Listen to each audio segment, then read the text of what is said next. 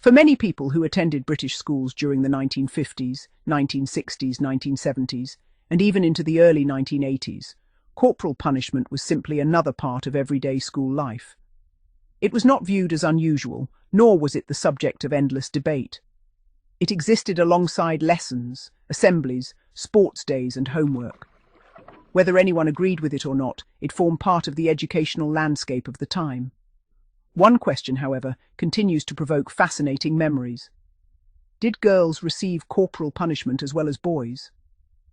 Modern assumptions often suggest that girls were rarely, if ever, punished physically. Yet the recollections of former pupils paint a far more complicated picture. While practices varied enormously from one school to another, many people clearly remember girls receiving the slipper, the cane, the ruler, or a hand smacking, depending upon the school, the teacher, and the era.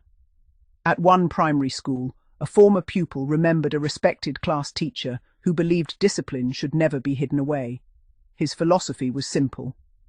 Justice should not only be done, it should be seen to be done.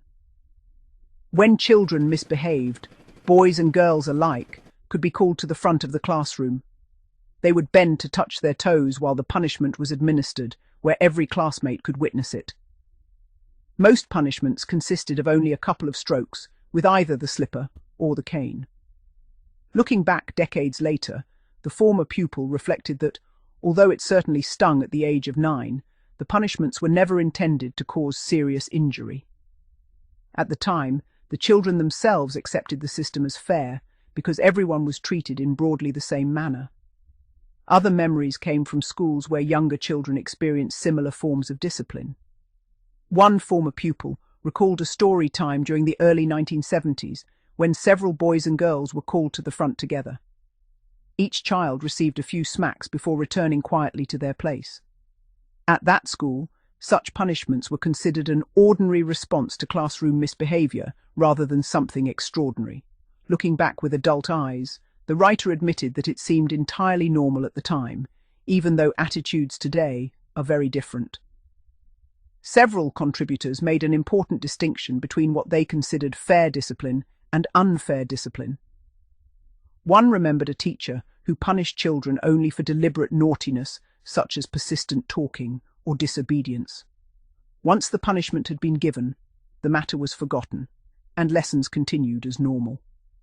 Another teacher, however, used the ruler on children who struggled with spelling, reading, or multiplication tables. Many former pupils felt this crossed a line. Punishing children for making genuine mistakes rather than for willful misbehavior was remembered far less kindly. These early recollections reveal an important truth. There was never a single national experience of school discipline. Every school developed its own customs. Every head teacher set different standards. Some teachers relied heavily on physical punishment, while others rarely used it. Some believed discipline should take place openly before the class, while others preferred punishments behind closed doors. As the memories continue, an even clearer picture begins to emerge.